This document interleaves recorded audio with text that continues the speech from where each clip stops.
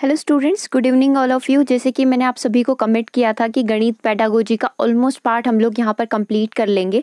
हम लोग यहाँ पर लास्ट सेशन इसका कंप्लीट कर रहे हैं। इसके अंदर हम लोग थोड़ा बहुत थ्योरी पढ़ लेंगे, क्योंकि नॉर्मली कुछ क्वेश्चन है गणित की प्रकृति क्या है। जैसे कि आपके सिलेबस में दिया हुआ है कि गणित की प्रकृति को जानिए, तो गणित की प्रकृति क्या है, मतलब गणित का बेसिक आपको जानना है।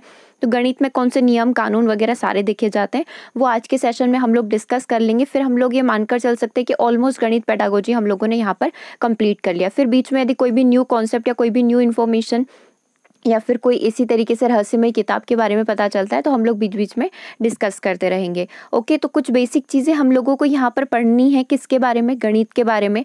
तो गणित की अपनी भाषा है, खुद की अपनी भाषा होती है। भाषा का तात्पर्य यानी कि अपने गणितीय पद होते हैं। गणितीय पद सूत्र होते हैं, कुछ टर्म्स वगैरह होती है, जैसे पाई, फाई, साई, ऐसी वैल्यू होती है। तो ये सारी गणितीय टर्म्स होती है। गणितीय प्रत्यय मैथमेटिकल कॉन्सेप्ट, सूत्र, सिद्धांत, संकेतों से है। गणितीय पद क्या होते हैं? तो यहाँ पर सारी चीज़ें डिफाइन की हुई है इन सारे शब्दों से, जो कि किसको जन्म देती है? गणित की भाषा को जन्म देती है। तो ये एक बेसिक सा कॉन्सेप्ट हो गया। गणित की अपनी खुद की भाषा है, जिसे गणितीय पद यहाँ पर कहा जाता है। और गणितीय पद में क्या क्या चीज़ें यहाँ पर आ जाती है। अगले पॉइंट की बात करते हैं। गणित में संख्याएं, स्थान, दिशा तथा मापन या मापतोल का ज्ञान प्राप्त किया जाता है। गणित में क्या क्या चीज़ें आपको पता चलती है? नंबर्स के बारे में पता चलता है, उनकी प्लेस वैल्यू, इनके बारे में पता चलता है। दिशा, मापन, सभी चीज़ें आपको गणित में पता चलती है। गणित के नियम, सिद्धांत, सूत्र सभी स्थानों पर एक समान होते हैं, जिससे उनकी सत्यता की जाँच की जा सके। किसी भी समय तथा किसी भी स्थान पर उसको किया जा सकता है। ऐसा नहीं है कि इंडिया में मैथ्स की कैलकुलेशन अलग होती है। इंडिया में 3+2 जो होते हैं 5 होते हैं, और इंग्लिश अमेरिका वगैरह में आप जाओगे तो 3+2 इक्वल टू वहाँ पर 6 हो जाएगा। ऑल ओवर दी वर्ल्ड एक ही मैथ्स यहाँ पर कॉमन होती है, तो सभी जगह सेम कैलकुलेशन आपकी होगी। गणित के ज्ञान का आधार हमारी ज्ञानेंद्रियां होती है, हमारे सेंस होते हैं। इसके ज्ञान का आधार निश्चित होता है, जिससे उस पर विश्वास किया जा सकता है। ज्ञानेंद्रियों के द्वारा हम ज्ञान की यहाँ पर प्राप्ति करते हैं। गणित का ज्ञान यथार्थ होता है, मतलब रियलिस्टिक होता है, सिस्टमैटिक तरीके से होता है, लॉजिकल होता है, और तथा मोर यहाँ पर क्लियर होता है, मतलब बहुत ही ज़्यादा स्पष्ट यहाँ पर होता है, जिससे आप यदि मैथ्स को एक्सेप्ट कर लेते हो, ग्रहण कर लेते हो, तो उसको भूलने की संभावना बहुत कम हो जाती है। जैसे कि आपने बचपन में गिनती पढ़ी होगी, तो वो आपको अभी तक याद है, क्योंकि आप उसके ऊपर क्या करते जा रहे हो? प्रयोग करते जा रहे हो, नंबर का आप डेली यूज़ करते जा रहे हो। तो एक यथार्थ वैल्यू है, ऐसा नहीं कि कुछ चेंजेस उसके अंदर आ गए, सेम एज इट इज़ वो नंबर जैसे थे वैसे ही हैं। सिस्टमैटिक तरीके से आप याद करते हो, काफ़ी ये लॉजिकल होता है गणित का ज्ञान, और बहुत ज़्यादा क्लियर, बहुत ज़्यादा स्पष्ट रूप में ये होता है।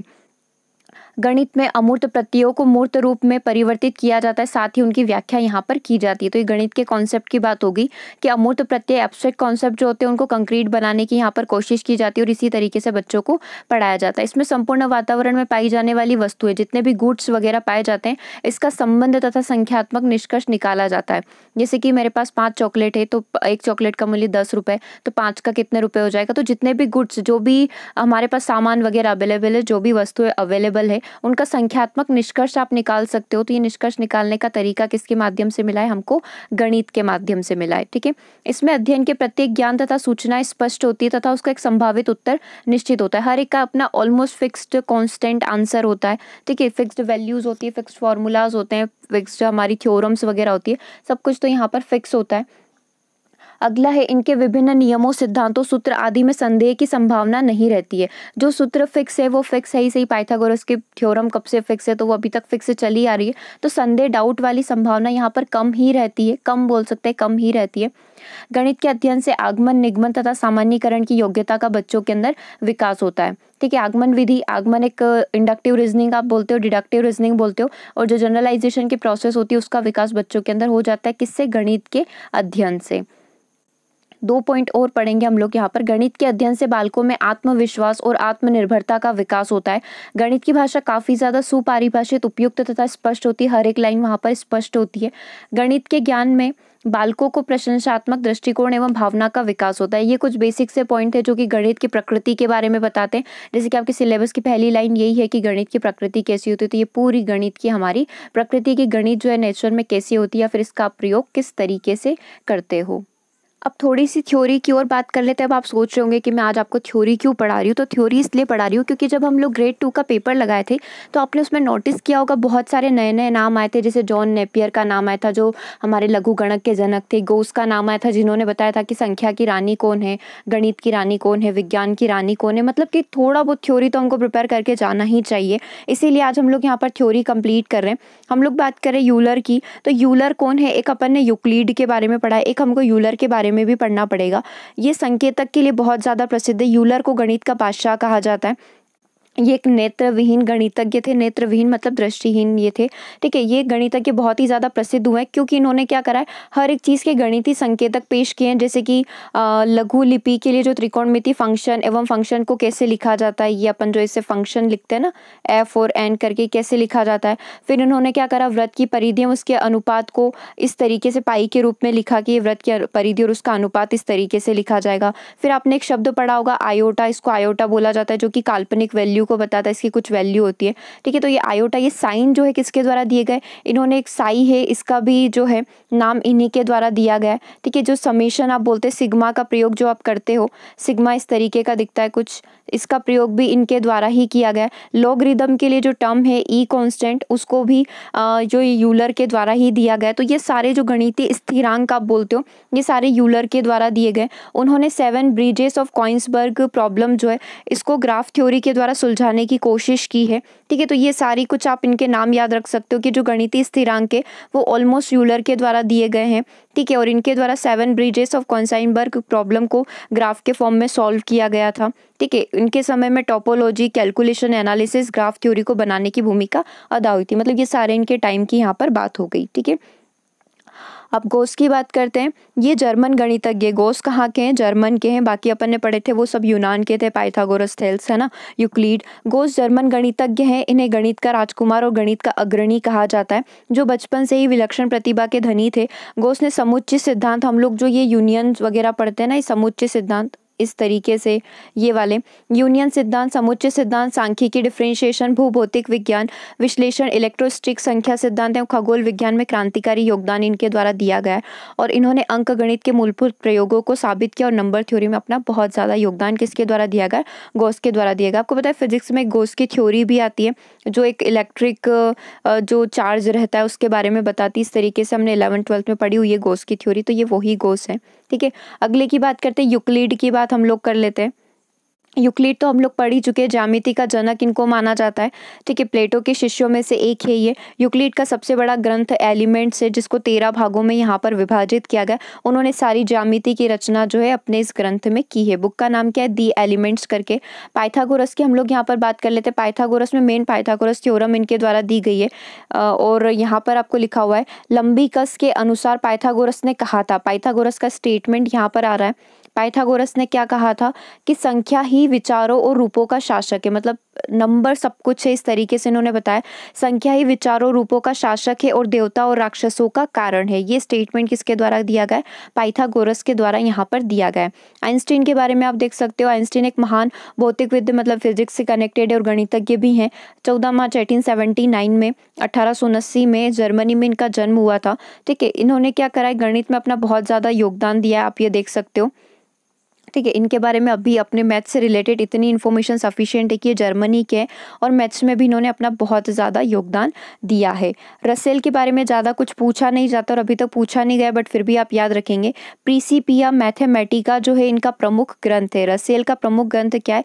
प्रिंसिपिया मैथमेटिका जो है इनका प्रमुख और सबसे इम्पॉर्टेंट ग्रंथ है। ठीक है, चलिए आगे बढ़ते हैं। अगले पॉइंट की बात हम लोग यहाँ पर करेंगे। आर्यभट्ट, आपको पता है आर्यभट्ट खगोल शास्त्र से कनेक्टेड है। गणित आर्यभट्टी का जो इनकी पुस्तक है। ठीक है, इन्होंने पाई का मान जो 0.5 अंक तक वेरीफाई कर दिया था। साइन कोसाइन की बारी जानकारी जो है इनके द्वारा दी गई थी। और हम लोग जो देखते हैं कि जो पृथ्वी से रिलेटेड, पृथ्वी अपनी धुरी पर घूमती है, तो ये जो नियम आए थे कोपरनिकस के द्वारा जो दिए गए थे कि गोल है, अपनी धुरी पर चक्कर काटती है, तो उसके कई साल पहले आर्यभट्ट ने इन सबकी चर्चा जो है पहले ही अपने ग्रंथ में कर दी थी। तो इसीलिए आर्यभट्ट जो है खगोल शास्त्र से बहुत अच्छे तरीके से कनेक्टेड है। ब्रह्मगुप्त के द्वारा ब्रह्मस्फुट सिद्धांत की रचना की गई है, ये आपको ध्यान रखना है क्योंकि ये हम लोग पढ़ चुके हैं, इसलिए हम लोग डबल से रिपीट नहीं कर रहे हैं सारी चीज़ों को। भास्कर प्रथम की बुक और भास्कर द्वितीय की बुक भी पढ़ चुके हैं। सत्येंद्र नाथ बोस की जो है इसकी इन्फॉर्मेशन 9th क्लास की बुक में नहीं थी, तो यहाँ पर पढ़ लेते हैं। इनका जन्म 1 जनवरी 1894, ठीक है, ये 9 है और ये 94 मतलब 1894 को कोलकाता के अंदर हुआ था। ये भी भारत के महान गणितज्ञ हैं, ठीक है। इनके द्वारा रचित रचना आप देख सकते हो, प्लांक का कांस्टेंट हम लोग पढ़ते हैं फिजिक्स के अंदर, ठीक है, वो इनके द्वारा दिया गया। Planck law and hypothesis of light quanta जो है आज मॉडर्न क्वांटम थ्योरी के नाम से जिसको जाना जाता है, ठीक है, वो जो किसके द्वारा दिया गया, सत्येंद्र बोस के द्वारा दिया गया है, ठीक है। तो ये अपन भारत से रिलेटेड थोड़ी प्राउड फील करने वाली बात है। तो ये सत्येंद्र नाथ बोस की बात हो गई। कहाँ के हैं ये, कोलकाता के हैं।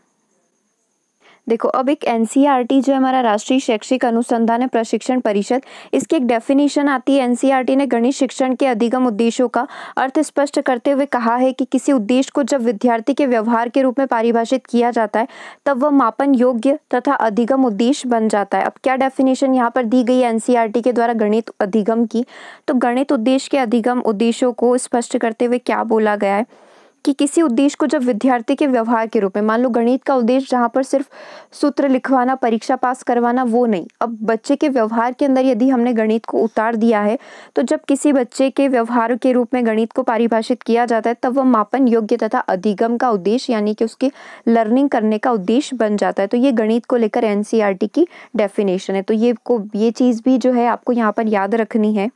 चलिए अब हम लोग बात कर रहे हैं जिन पियाजे की। अब आप सोच रहे होंगे आप सीडीपी का मैथ्स में क्यों पढ़ रहे हैं हम लोग, तो देखो मैथ्स में भी जिन पियाजे के बहुत सारे क्वेश्चन बनते हैं। अब किस तरीके के बनते हैं आपको इस थ्योरी से समझ में आ जाएगा। जन्म से 2 वर्ष की अवस्था, 0 से 2 वर्ष की अवस्था सेंसरी मोटर स्टेज यहाँ पर कहलाती है। यहाँ पर बच्चा क्या करता है, बच्चा जो है प्रतीकों का प्रयोग करता है, सिम्बॉल्स का प्रयोग करता है, संवेदी अनुभवों को संयोजित करता है, दुनिया के बारे में एक समझ का निर्माण करता है। एक हम लोग नॉर्मली बोलते हैं ऑब्जेक्ट परमानेंस की जो स्टेज होती है वो कब आ जाती है, 0 से 2 वर्ष की अवस्था में आ जाती। शारीरिक गतिविधि, शारीरिक क्रियाएं यहाँ पर बच्चा करता है, ठीक है। प्रकाश की तरफ अट्रैक्ट होना, नई नई चीज़ों को देखना, ये सारा सेंसरी मोटर स्टेज में होता है। फिर 2 से 7 वर्ष तक होती है प्री ऑपरेशनल स्टेज, यहाँ पर कहलाती है। यहाँ पर बच्चा क्या करता है, प्रतीकों, बच्चा यहाँ पर जो है प्रतीकों, प्रतिमाओं का उपयोग करके दुनिया को प्रस्तुत करना प्रारंभ करता है। यहाँ पर जो बच्चे की सोच होती है वो काफ़ी ज़्यादा ईगोसेंट्रिक हो जाती है क्योंकि बच्चा जो है पूरी प्रकृति को अपने अराउंड समझता है कि सारी चीज़ें उसके अकॉर्डिंग ही होती है, ठीक है। तो ये यहाँ पर ईगोसेंट्रिक सोच आ जाती है, जैसे ईगोसेंट्रिक टॉक भी होती है वैसे ईगोसेंट्रिक यहाँ पर थिंकिंग भी होगी। 7 से 12 वर्ष की अवस्था कंक्रीट ऑपरेशनल स्टेज यहाँ पर कहलाएगी। कंक्रीट ऑपरेशनल स्टेज यहाँ पर क्या कहलाती है, बच्चा मूर्त रूप से सोचना प्रारंभ कर देता है। जैसे बच्चा जो है छोटी वस्तु क्या है, बड़ी क्या है, हल्की क्या है, भारी क्या है, उसके अंदर ये वाले लॉजिक का विकास हो जाता है। फिर आती है हमारी 12 वर्ष से ऊपर जो होती है हमारी औपचारिक संक्रियात्मक अवस्था होती है। इसमें बच्चा अमूर्त तर्क जो होते हैं, एब्स्ट्रैक्ट थिंकिंग जो होती है उनका प्रयोग करना यहाँ पर स्टार्ट कर देता है और उसकी चिंतन क्षमता का विकास यहाँ पर हो जाता है, ठीक है। अब जिन पियाजे की मेन 3 अवस्थाओं की बात कर लेते हैं। सबसे पहले आती है ऑब्जेक्ट परमानेंस स्टेज जो कि 8 से 12 वर्ष की अवस्था में आती है। अब एक एग्जाम्पल के थ्रू आप इस चीज़ को समझ सकते हो। एग्जाम्पल क्या दिया हुआ है, 2 वस्तुओं मानकर ए और बी 2 वस्तुएं यहाँ पर मानी गई है। जैसे कि यहाँ पर बताया गया है कि ऑब्जेक्ट परमानेंस की अवस्था जो है 8 से 12 वर्ष में आने लगती है।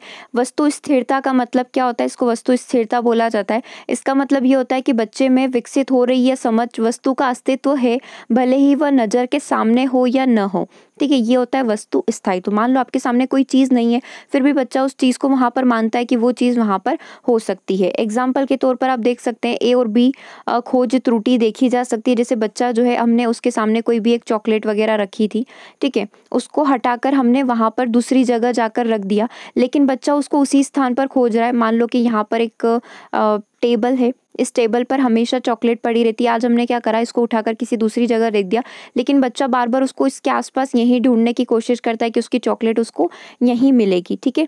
तो ये चीज़ें क्या कहलाती है, वस्तु स्थायित्व, ऑब्जेक्ट परमानेंस यहाँ पर कहलाती है, क्योंकि उसे पता है कि चॉकलेट मुझे यहीं मिलेगी तो वो दूसरी जगह नहीं ढूंढेगा, उसी जगह पर उसकी खोजबीन जारी रहती, ना होते हुए भी उसके होने का एहसास होना वस्तु स्थायित्व या फिर ऑब्जेक्ट परमानेंस के स्टेज यहाँ पर कहलाता है। मानसिक निरूपण क्या होता है, मेंटल रिप्रेजेंटेशन रिप्रेजेंटेशन क्या होता है, जैसा कि पियाजे ने का मानना था कि 7 से जो 8 माह होते हैं, 7 से 8 माह के बीच में बच्चा जो समस्या को समाधान के रूप में मतलब किसी भी प्रॉब्लम को सॉल्व करने का तरीका सीख जाता है। तो यहाँ पर हम लोग क्या कर सकते हैं कि एग्जाम्पल के थ्रू आप इस चीज़ को समझ सकते हो। जैसे कि आपने यहाँ पर क्या करा कि एक बच्चे के सामने कोई भी चीज़ रखी हुई थी, इसको पूरा रुको, इसको एक एग्जाम्पल के थ्रू ही समझ लेते हैं। देखो यहाँ बना कर देखते हैं, यहाँ अच्छे से समझ में आ जाएगा। अब ये जो मेंटल रिप्रेजेंटेशन होता है, इसके अंदर क्या होता है, ऑब्जेक्ट परमानेंस आपको समझ में आ गया।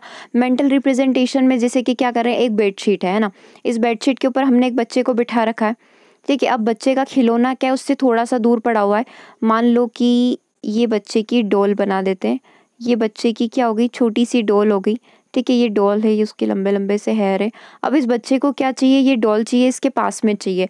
तो अब ये क्या करेगा, वहां जाने की बजाय क्या करेगा, इसको पता है कि मैं नहीं खिसक पाऊंगा, तो उस चादर को खींच खींच कर इस डॉल को अपने पास लेकर आ जाएगा। मतलब इसके अंदर समस्या को सॉल्व करने के तरीके का विकास हो चुका है। आप समझ रहे हो, जैसे कि आपकी बेडशीट पर अभी आप सो रहे हो, ठीक है, तो बेडशीट के अदर वाले कॉर्नर पर पेन पड़ा हुआ है, तो आप वहां जाने की बजाय क्या करोगे, जो बेडशीट है, जो चादर है, उसी को खींचकर अपने पास लेकर आ जाओगे और आप उस पेन को ले लोगे, क्योंकि आपको कुछ चीजें नोट डाउन करनी है। तो ऐसा क्या होता है, ऐसे छोटे बच्चे ज्यादा करते हैं, तो इसको बोला जाता है मेंटल रिप्रेजेंटेशन, ठीक है, मानसिक निरूपण होना। यहाँ पर बच्चा प्रयास त्रुटि करने की बजाय क्या करेगा, समस्या को सॉल्व करने के तरीके को ढूंढने की कोशिश करेगा।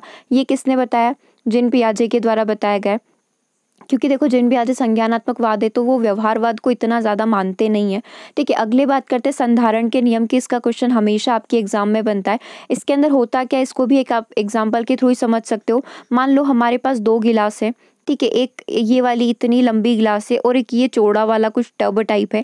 दोनों में बराबर 2 लीटर पानी आ सकता है। इस गिलास के अंदर भी 2 लीटर आ सकता है, बड़ी गिलास है ये, है ना। तो इसके अंदर 2 लीटर पानी आ गया और इसके अंदर भी 2 लीटर पानी आ सकता है। लेकिन यदि हमने बच्चे को पूछा कि बताओ पानी किसके अंदर ज़्यादा है, तो वो बोल देगा कि, मान लो उसने बोल दिया कि इस गिलास के अंदर पानी ज़्यादा है, क्योंकि ये ज़्यादा लंबी दिख रही है तो पानी इसके अंदर ज़्यादा होगा। ये छोटा सा टब दिख रहा है तो इसके अंदर पानी कम होगा, क्योंकि पानी क्या होगा, सिर्फ तली तली में ही दिखेगा।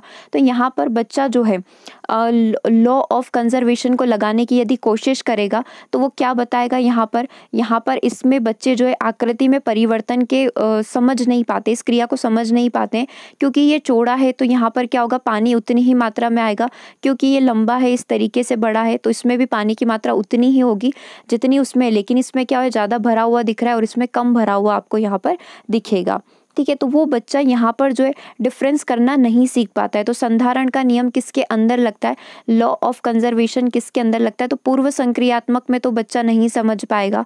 पूर्व संक्रियात्मक अवस्था से यदि बच्चा बिलोंग कर रहा है, पूर्व संक्रियात्मक 2 से 7 वर्ष की अवस्था में यदि बच्चा है, तो वो इस डिफरेंस को नहीं समझ पाएगा। लेकिन संधारण का नियम हम लोग यदि बात करें मूर्त संक्रियात्मक अवस्था में, तो मूर्त संक्रियात्मक अवस्था में वो संधारण का नियम, लॉ ऑफ कंजर्वेशन या फिर इसको संरक्षण का नियम भी बोलते हैं, तो इस नियम की जानकारी बच्चे को अच्छे से हो जाती है। कौन सी अवस्था में, 7 से 11 वर्ष की अवस्था में। समझ में आया ये तीनों नियम। एक तो हमने पढ़ा ऑब्जेक्ट परमानेंस की स्टेज, ठीक है, कोई भी चीज़ छुपा दी जाए तो उसको उसी चीज़ पर जगह ढूंढने की कोशिश करेगा, ना होते हुए भी ढूंढने की कोशिश करेगा। फिर मेंटल रिप्रेजेंटेशन में समस्या को समाधानकर्ता के रूप में समझेगा।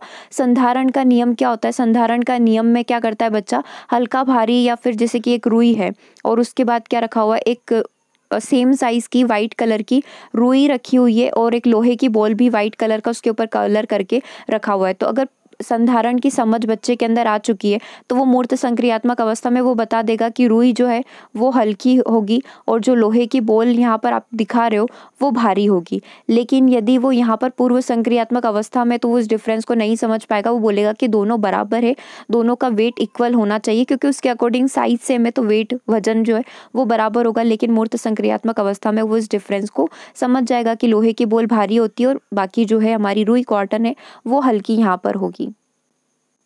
देखो एक शब्द और आता है, नया सा शब्द, इसको थोड़ा जान लेते हैं। एक तो हमारे पास एनिमिज्म होता है। एनिमिज्म में क्या होता है, किसी भी निर्जीव चीज़ को यहाँ पर बच्चे क्या मानते हैं, सजीव मानते हैं।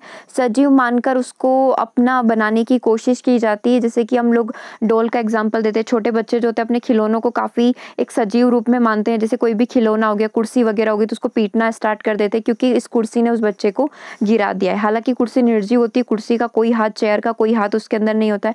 वो अपनी डॉल को खाना खिलाते हैं, तो वो एनिमिज्म कहलाता है। ऐसे ही आपका एक टर्म और आती है, इसको बोला जाता है विधेयवाद करके, इनएक्टिविज्म करके। अब ये इनएक्टिविज्म क्या होता है, तो हम लोग नॉर्मली दो कॉन्सेप्ट पढ़ते हैं, एक तो व्यवहारवाद जो बिहेवियरिज्म होता है उसको हम लोग यहाँ पर पढ़ते हैं, और एक हम लोग पढ़ते संज्ञानवाद।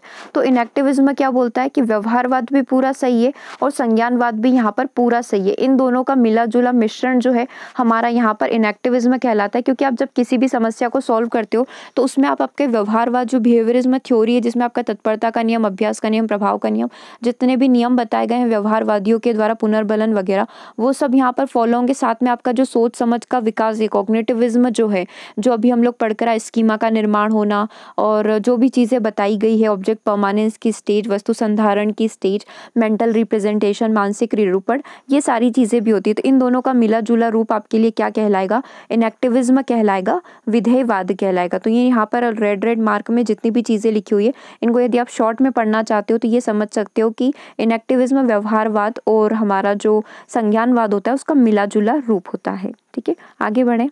चलिए अब हम देख लेते हैं कि गणित का करिकुलम किस प्रकार का होना चाहिए। जो गणित की पाठ्यचर्या होती है उसका होना किस तरीके से होता है। तो सबसे पहले गणित की पाठ्यचर्या हमेशा छात्र केंद्रित होना चाहिए, मतलब स्टूडेंट सेंटर होना चाहिए, चाइल्ड सेंटर्ड होना चाहिए। बच्चों की मेंटल एक्टिविटी, मेंटल गतिविधि और फिजिकल चीज़ों को ध्यान में रखते हुए हमें बच्चों को अध्ययन करवाना चाहिए। उसका करिकुलम उसी प्रकार का होना चाहिए। गणित की पाठ्यचर्या क्रिया प्रधान होना चाहिए, मतलब एक्टिविटी बेस्ड होना चाहिए। बच्चे कुछ ना कुछ एक्टिविटी करते रहे, ऐसा नहीं कि फॉर्मूला वगैरह याद करते रह जाए पूरे जीवन भर, ट्रिग्नोमेट्री के और साइन कोस टेन थीटा की वैल्यू याद करते रह जाए, ऐसा नहीं होना चाहिए। अगला है विषय वस्तु को मनोवैज्ञानिक तथा तार्किक ढंग से प्रस्तुत करना चाहिए। रोट मेथड यहाँ पर नहीं होना चाहिए, लॉजिकल वे में आप प्रस्तुत करो। व्यक्तिगत विभिन्नताओं को यहाँ पर ध्यान में रखना चाहिए, कठिनाई का स्तर ध्यान में रखना चाहिए। पाठ्यक्रम के निर्माण में अध्यापक की सहमति लेना चाहिए। शिक्षकों को आवश्यकता अनुसार परिवर्तनीय बनाना चाहिए। ठीक, सॉरी शिक्षक नहीं, उद्देश्यों को, मैं वही सोची शिक्षक को कैसे बनाएंगे। ठीक है, उद्देश्य होते हैं उसको परिवर्तनीय, ऐसा नहीं कि आप एक का एक ही उद्देश्य बना रखा है। उद्देश्य जो आपको आवश्यकता लग रही है कि आज हम लोग ये पाठ करें, तो इसके पीछे का उद्देश्य क्या है। तो इसके पीछे का उद्देश्य है कि बच्चों के अंदर एक एनर्जी लाना। तो एनर्जी लाने के लिए आप एक मोटिवेशनल चीज़ कंडक्ट करवा सकते हो। तो इसे उद्देश्य जो है आवश्यकता अनुसार परिवर्तनीय हो सकते हैं। विषय में सहसंबंध दर्शाना, विषयों में सहसंबंध दर्शाओ। ऐसा नहीं कि गणित की जगह गणित का विज्ञान से रिलेशन बताओ, गणित का सामाजिक विज्ञान से बताओ, गणित का जियोग्राफी से बताओ, ऐसे करके रिलेशन बताओ। एक क्वेश्चन कुछ इस तरीके से पूछा गया था कि क्वेश्चन एग्जैक्ट मुझे याद नहीं आ रहा है। ऐसा था कि ये जो जीपीएस लोकेशन हम लोग कैलकुलेट करते हैं, जीपीएस लोकेशन निकालते हैं, तो इसमें किसका प्रयोग हो रहा है, विज्ञान का हो रहा है, गणित का हो रहा है। तो देखो विज्ञान तो उसके अंदर हो ही रही है, साइंस तो प्रयोग हो ही रही है, क्योंकि लोकेशन ट्रैक करना है तो उसके पीछे जितने भी उपकरण लग रहे हैं वो साइंस का है। उसमें गणित भी प्रयोग होती है, तो फिर हमारा आंसर वहाँ पर गणित और विज्ञान इस तरीके का कुछ था। कभी मुझे दिखेगा तो मैं आपको बताऊंगी कि किस तरीके का क्वेश्चन आपका मैथ्स में पूछा गया था कि ये जो जीपीएस लोकेशन ट्रैक करता है ये किन चीज़ों का मिश्रण है, या फिर कौन से सब्जेक्ट इसमें सहायता करते हैं, इस तरीके से कुछ था वो।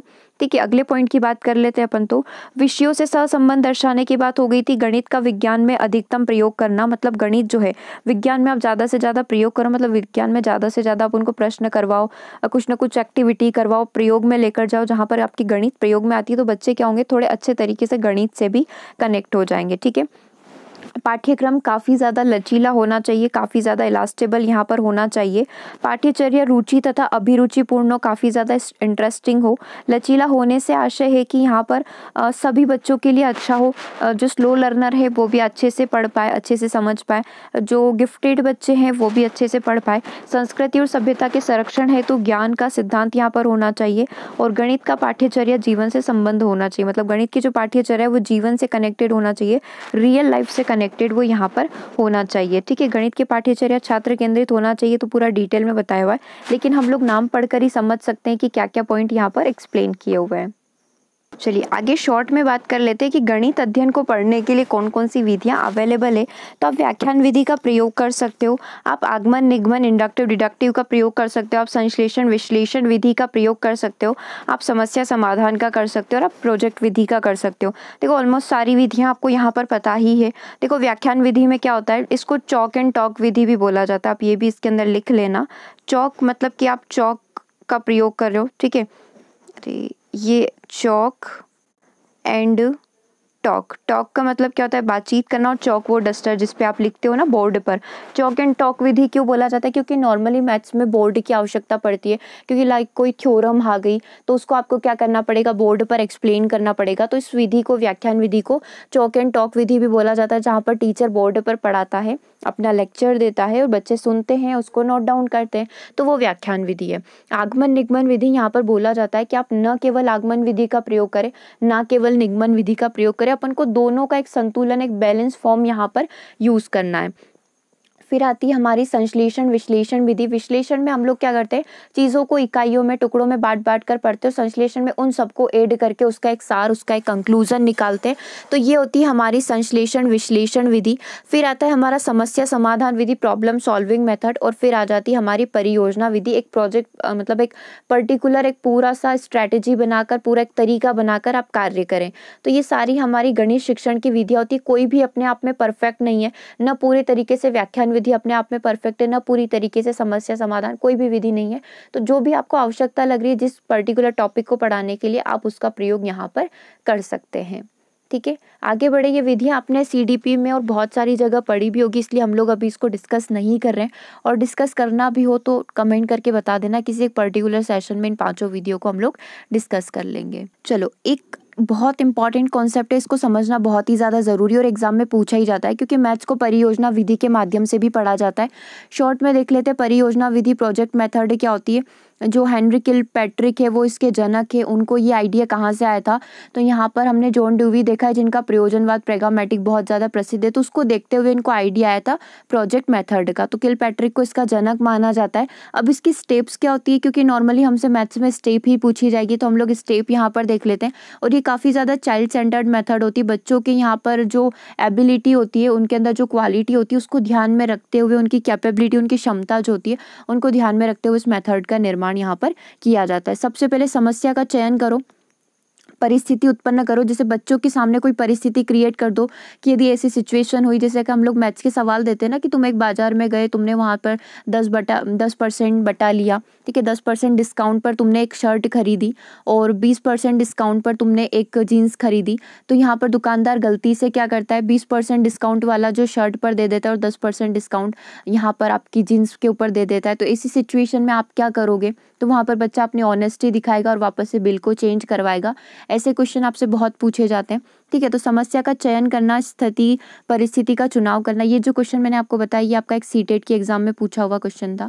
ठीक है, ये same as it is question वहाँ पर पूछा गया था। तो यहाँ पर टीचर बच्चों को ऐसी स्टोरी सुना रही है, ऐसा स्टेटमेंट बता रही है, तो उसके पीछे का टीचर का पर्पस क्या है? तो बच्चों में एक वो क्रिएट करना कि वो एक ऑनेस्ट रहे, ईमानदार रहे अपने कार्य के प्रति। तो जैसे ऑप्शन थे वहाँ पर वैसा आप आंसर कर सकते हो। ठीक है, तो ये समस्या का चयन करना, एक परिस्थिति क्रिएट करो, परियोजना का चुनाव करना, परियोजना का एक व्यवस्थित कार्यक्रम बनाना। ठीक है, फिर उसके अनुसार योजना के अनुसार आप कार्य करोगे। फिर आपने जो भी कार्य किया है, बच्चों ने जो भी कार्य किया, उसका आप मूल्यांकन करोगे और संपूर्ण कार्य का आलेखन करोगे। मतलब आप उसको एक डायरी या फिर एक शॉर्ट नोट होता है, उसके अंदर बनाकर लिखोगे कि ये एक्टिविटी हम लोगों ने बच्चों को करवाई है। तो प्रोजेक्ट विधि किस तरीके से चलती है? सबसे पहले समस्या को चुनो, क्या आपको सॉल्व करना है, परिस्थितियाँ उत्पन्न करो। फिर उसका चुनाव करके उसके उद्देश्य के बारे में स्पष्ट ज्ञान लो कि हम लोग ये कर रहे हैं, इसका उद्देश्य क्या है, क्यों कर रहे हैं, पर्पस क्या है, ये सारी चीज़ें। फिर उसका एक प्रॉपर अरेंजमेंट करो, एक व्यवस्थित कार्यक्रम बनाओ कि कैसे आपको करना है। तो ये यहाँ तक तो पूरी प्रोसीजर की बात हो गई। अब 4th नंबर से हम लोग कार्य करना स्टार्ट करते हैं। कार्य हो जाएगा, फिर क्या करते हैं? मूल्यांकन हमेशा करते हैं। और यहाँ पर 6th पॉइंट नया है कि आप उसका क्या करो, पूरा आलेखन करो कि आपने पूरा जो 5 स्टेप है, इसमें क्या क्या कार्य आपने कंप्लीट किया। ठीक है, तो ये हमारा परियोजना विधि या फिर प्रोजेक्ट विधि के मुख्य चरण होते हैं। क्योंकि हमसे एग्जाम में एक बार क्वेश्चन पूछा गया था कि गणितीय मॉडल के चरण क्या होते हैं, इसीलिए कोई भी स्टेप होगी उसके सारे चरण हम लोग पहले से रेडी करके जाएंगे एग्जाम के अंदर। देखो, सेम एज इट इज हमारा समस्या समाधान विधि भी होती है।